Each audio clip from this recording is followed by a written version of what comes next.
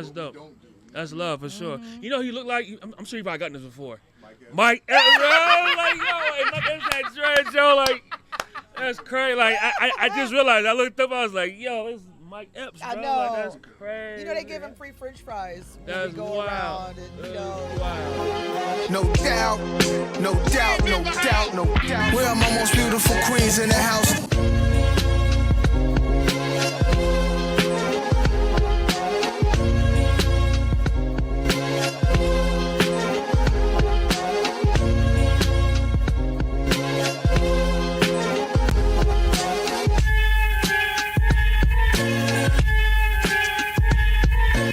Where are my most beautiful queens in the house? Hey everybody, it's your girl, Jamilah. Today, we are in Yellow Springs, Ohio at the infamous Calypso Grill. And I am here with a very, very special guest, Issa Ali. Thank you for being on the Queen's Address today. What's happening? It's an honor to be here. Thank you so much. What's been going on? How you doing? Man, all is well, man. It's just been continuing to follow my dreams and make music and do shows and etc. Yes, sir. Yes, sir. You've been busy. Very busy, yes. You've been busy. And so welcome to the Queen's Address. And so I was looking at your gram. It seems like you've been into music the whole like your whole life. Absolutely. So what inspired you to get into music? Man, that's a great question. I think I came here like this, to be honest with you. But I have to give credit where credit is due. My parents, very old school. My father, he was into music. He was he had a radio show, a jazz show here at YSO. He was into like jazz, funk, soul, all that stuff coming up. So I grew up with heavy music influence. He's into reggae too, all that. So I think really just growing up in my household, I always loved music, and I always heard music in the background of everything in my childhood. And so from an early age, I started like banging on tables, and I got like a little keyboard, and I started like making beats on the keyboard, like probably like 8, 9 years old. And from there, it just grew as I got more exposed to more different genres and hip hop and all that stuff. I sort of found my niche, and it blossomed from there. Yeah, shout out to Dad. Yeah, shout out to for my putting pops. you on the path. Shout out to my pops. Shout out to him. Absolutely. Earlier, I was listening to some of your music, preparing for the interview. Word up. And some of the songs have like a heavy R&B, like melodic kind of vibe on them. So did your dad, did he sing, or your mother sing? Did they have like musical roots, or your grandparents? I feel like my father, he had a nice voice. I don't think he ever was like, I'm a singer. He played bass and stuff like that. Oh, yeah? Yeah. So It's Ohio, so you know Ohio's known for the funk now. Yeah. I've always just loved dope vocals on hard beats. Always. Like Always. Since I first started doing music. And before, I think what it is I grew up on like really old school soul. Somebody my age, it's rare to be exposed to like really old school soul as young as I was. Like when I was 9 years old, my favorite song was Shotgun by Junior Walker and the All Stars. Oh, wow. You know what I mean? Like that's all I knew. Like I didn't even know about hip hop until I was maybe like 10, 11 years old or so. So it was just it was super old school, because my pops was one of them cats that like he stuck to his generation, like, you know, had lots of records. Lots of like old school, like he still was playing vinyls, like in yeah. the CD era, like it was all vinyls, like old school. So That's the best. I think like those vocals evoked an emotion, a feeling that I feel like you can't duplicate in any other way. You have to have some dope vocals with dope melodies to have that feeling in the music. So it's the essence of the song. It's the heartbeat of the song. Is the feel. Yeah. Like even nowadays, you hear a lot of kids go, "Oh, well, what's the vibe? Like, what's the vibe? Oh, this isn't a vibe. That's it." But those types of music, those types of records, that they played. I was just listening to Still Johnson, and and I'm like, wow. Like sometimes it depends on what you're going through. You could even like well up with tears. Yeah. But that, shout out to the old school. And so, how would you describe your brand of music, of your brand of hip hop? I say, really, I don't really put myself in a box. Right. Even genre-wise, like I'm starting to feel like I'm something. I love hip-hop, but I'm starting to feel like I'm an expansion of hip-hop, something else. I don't know what that is yet. But what was the question again? What would you describe your brand of music? Oh, soulful, I guess you could say. Soulful meaning like you can feel something. It's got to be a feeling from I don't like songs that don't give me a feeling. I don't care how hype the beat is or how it's got to give me some sort of feeling. I have to feel something within myself that makes me resonate towards the song. So I feel like whatever songs I put out, the first prerequisite is I have to feel it literally. Right. Yeah. Right. So if somebody play you a beat and you're like, I'm not feeling it. Yeah. Like it's literally got to. I got to feel it. Something. Some type of emotion has to be evoked in it. So that's, I guess, my brand is feeling music. Yeah. You feel it. Feeling in some type of way. You have to feel something it. You can vibe to. You have to vibe to it. Right. It's a vibe. So. And real. I like real music. I like that. That's cool. Yeah, so. Yeah. And so just with music being, everything you've been doing lately, are there any collaborations you've ever thought about or pondered on and said, you know what, I would love to collaborate with this artist? Who would that person be? Your dream collab? My dream collaboration? Sade. Not even no debate about it. You had to take it there. You had to take it. Love Sade. She's incredible. Shout out to Sade. Yo. Shout out to Sade. Sade, if you paying attention to this podcast, listen, you got to come to Yellow Springs. I have to collab with Sade one day. She's incredible. No other way. Yeah, man. Love her music. Do you have any lined up, or are you able to talk about that? Like any collaborations lined up? Because I love what you did with Nico. Yeah. I do have some collaborations. I have a lot of things. It's already been done, but not out yet, so I don't want to announce it yet until everything comes out. Right. But there's some big ones. There's some big ones coming. Big Y'all ones stay out. locked in for that. Yeah, stay locked in on the production side and on the rap side. Absolutely. So, yeah. Cool. Now I want to ask you a little bit. We've been watching you do a lot of shows lately. Yeah. All through 2023, you've been like killing your shows, crowd stadiums like packed. Yeah. And your shows are awesome. And so I wanted to ask you, what are your pre-show traditions before you hit the stage?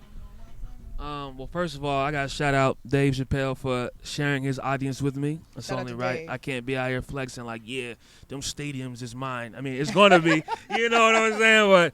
But he's been gracious enough to bring me on the road with him to experience those experiences in those venues.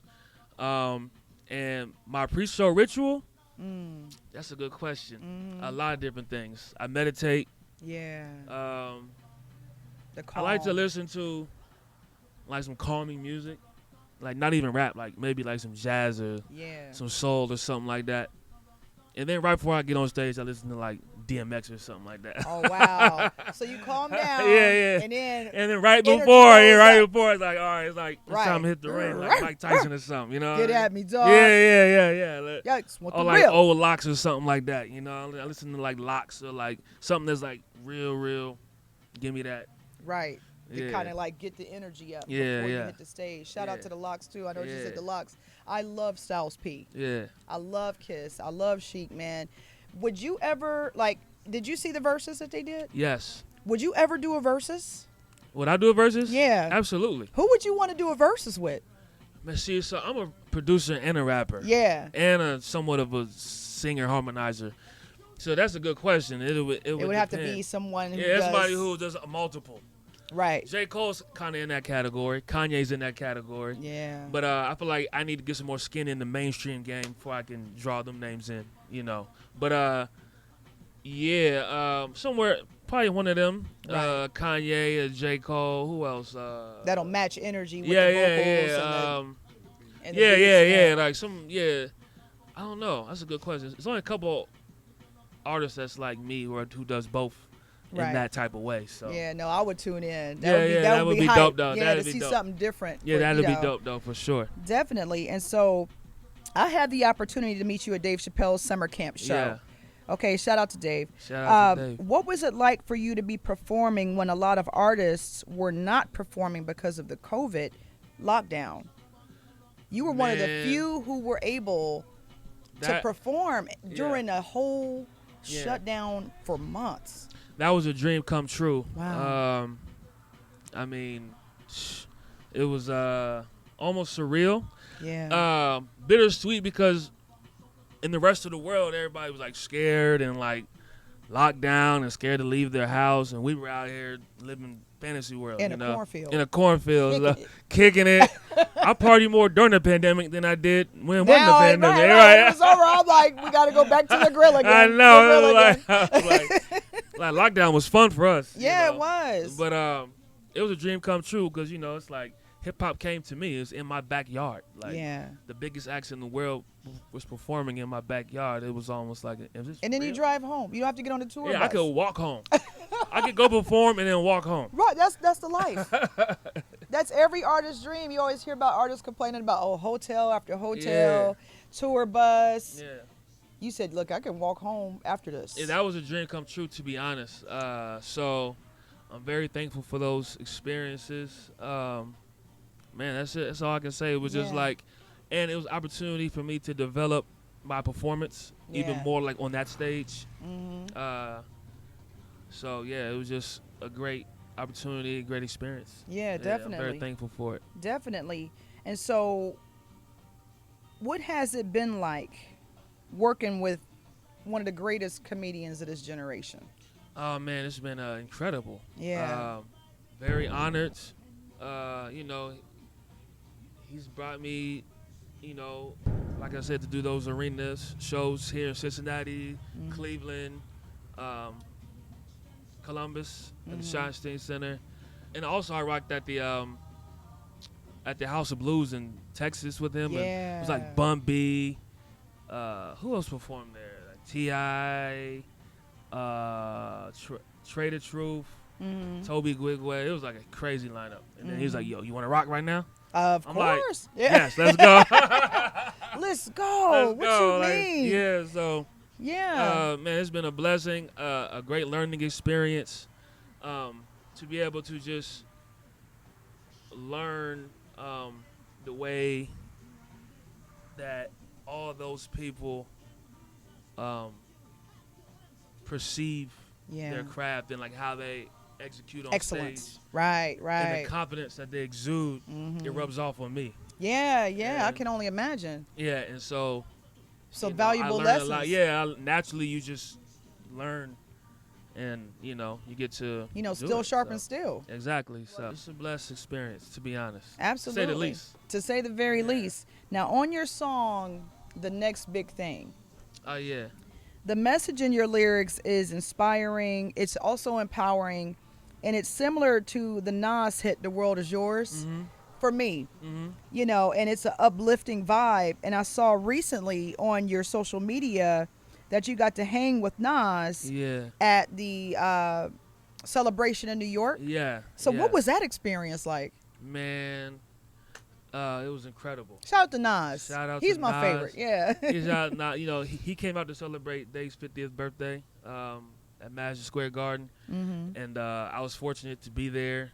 And I've met Nas before a few times, just being around that circle. That was the first time I got a picture with him. So that's why I was excited, because Nas is my favorite rapper of all time.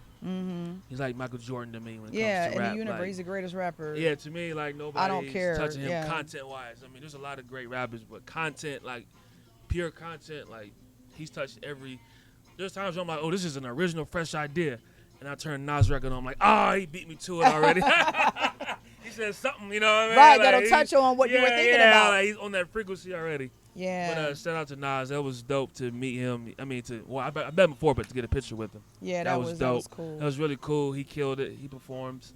It was really cool, man. Just exciting. So. Yeah. Shout out to Nas. Hopefully next time I get a picture, it'll be us in the studio together. Absolutely. Listen, we're going to manifest that kind of energy. We're gonna be in the studio. That's what I'm talking about. Yeah, we're you know what I'm saying? Make something pop. Yeah. And so I had a music question for you.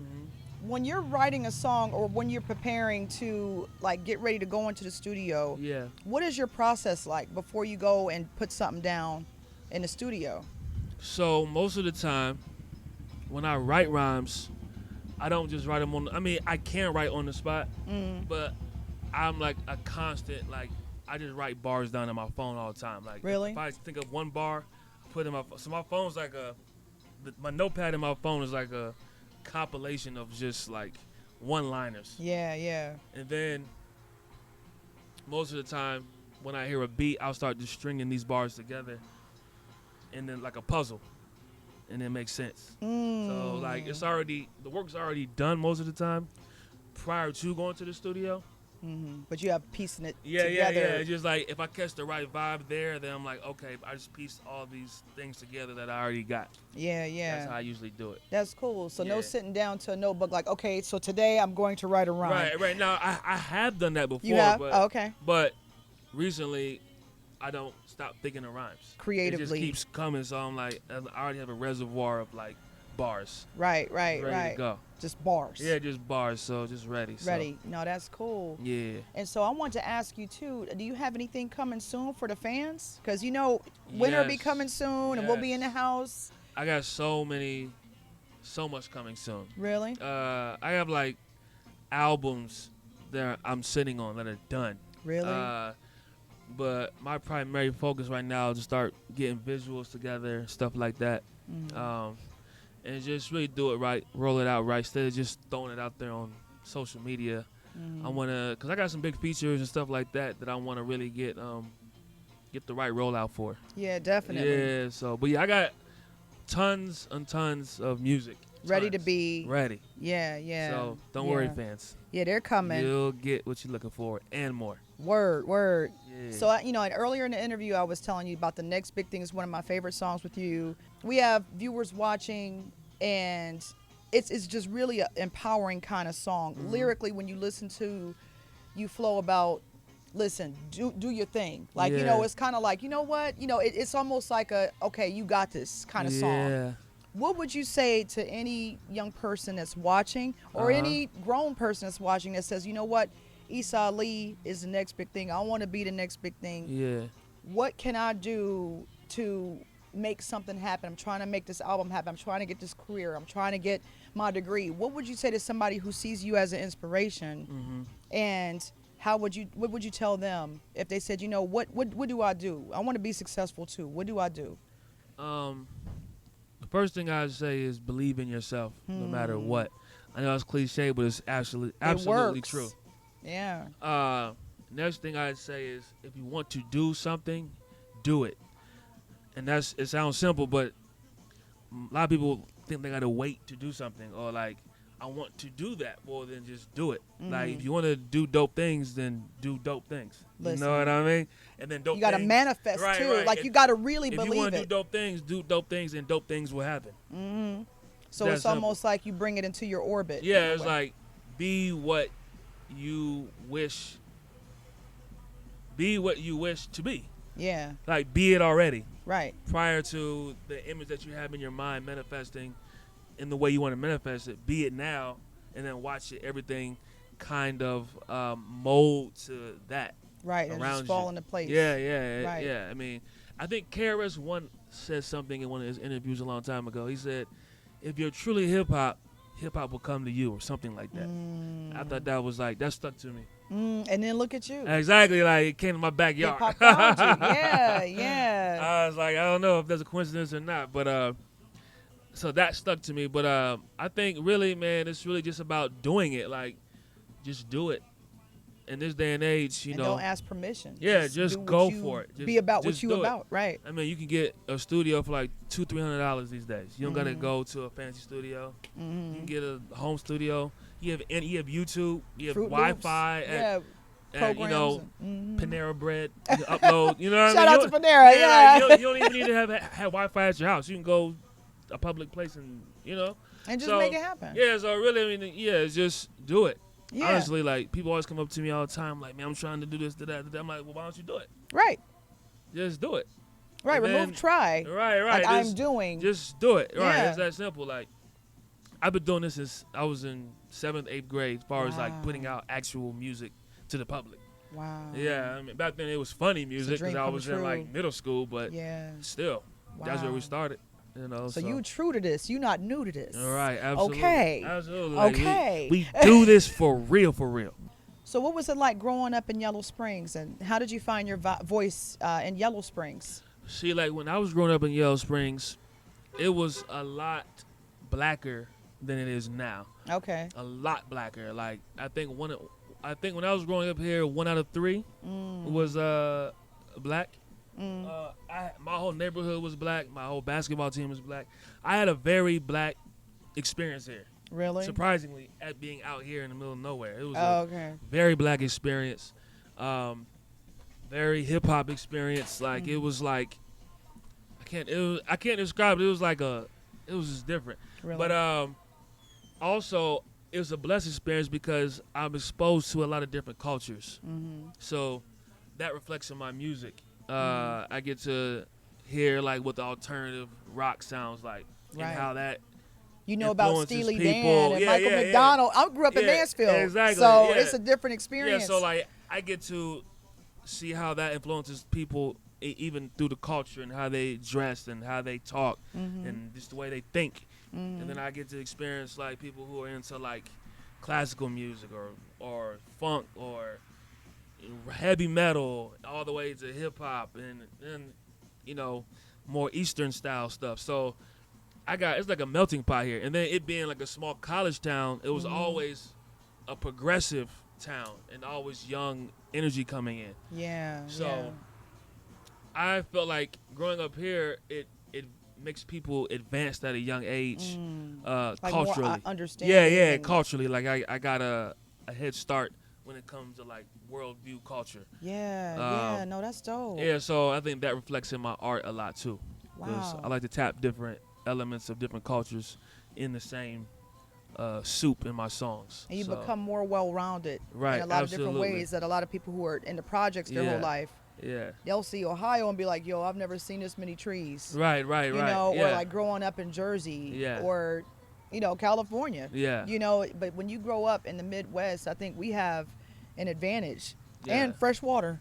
Yeah, absolutely. We have fresh water. Yeah. We don't have the, thank God we don't have the, some of the overcrowding that you see in the much larger cities. Yeah. But I grew up in Ohio too, so it's an incredible experience, Yeah, it was definitely unique. I'm thankful to be from here. Yeah. I feel like it gave me a lot of tools and wisdom to go out into the world and, and shine your light. Shine my light. Like exactly. a diamond. Exactly. Yeah. Exactly. Did you know that Dave Chappelle was going to shout you out on Sway like that? Or were you? No, I did not know that. Okay. I did not know that at all.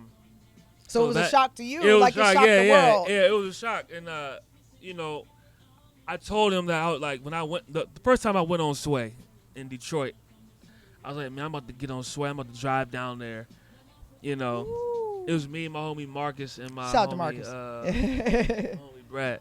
And Shout we was Brad. like, yo, we about to drive down there to get on Sway in the morning in Detroit. And it was like a special opportunity where people could come in and do the thing. And there was some heavy hitters there too. I was like, I'm about to do it. He was like, oh, word? You about to go? Like, yeah, I'm about to go do it. And I did it, we killed it. And then, that was that. And then I think he was promoting something I think he was just promoting like a Radio City run back then or something. And he's like, yeah, man, there's this kid that came on here, where I'm from, He didn't say my name, but I knew he was talking about me because, because of the story. He drove all the way down here. I'm like, oh, this is dope. I was like, this is crazy. Man. And I would have lost my marbles. Yeah, what? Yeah, it was crazy. It's happening to my life. Yeah, I was like, wow. So shout out to him for shouting me out. Definitely. Shout out Dave Chappelle. Yeah, shout out Dave for shouting me out on Sway. Yeah. And then I got back on Sway after that, because I saw Sway in New York.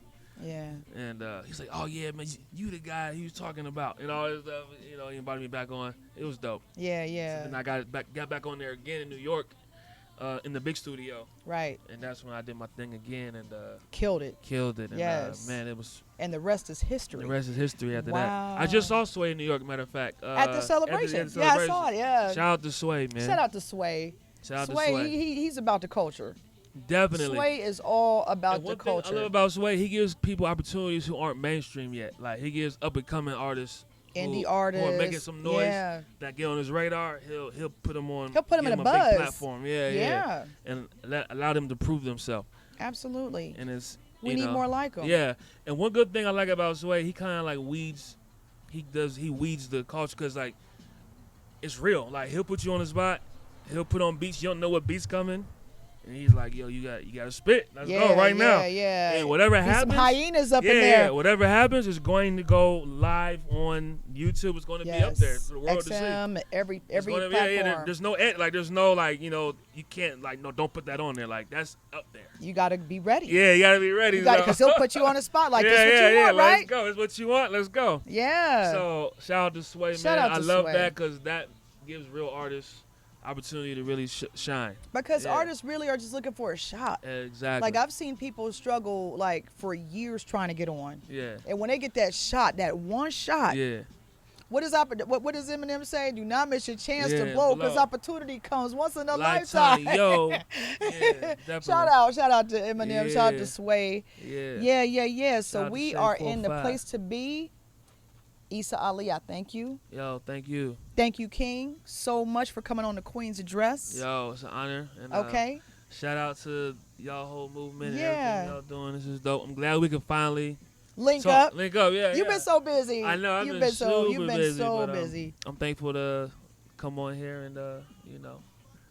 I'm so glad you could too. Where can people follow you on social media? You can follow me at Issa.Ali, SISSA.ALI _ on Instagram. Cool. I think on Twitter. I mean, I'm not on Twitter like that, so don't even worry about that. Yeah. But Instagram, Issa.Ali, ISSA.ALI _ Okay, cool. Y'all better go follow and support real music. Support real artists. Shout out to Ohio in the building. Big man. Ohio, what up? Yeah, let's go. Thank you so much for watching The Queen's Address, and I'll catch you next time. Peace and love. Peace. Queens in the house.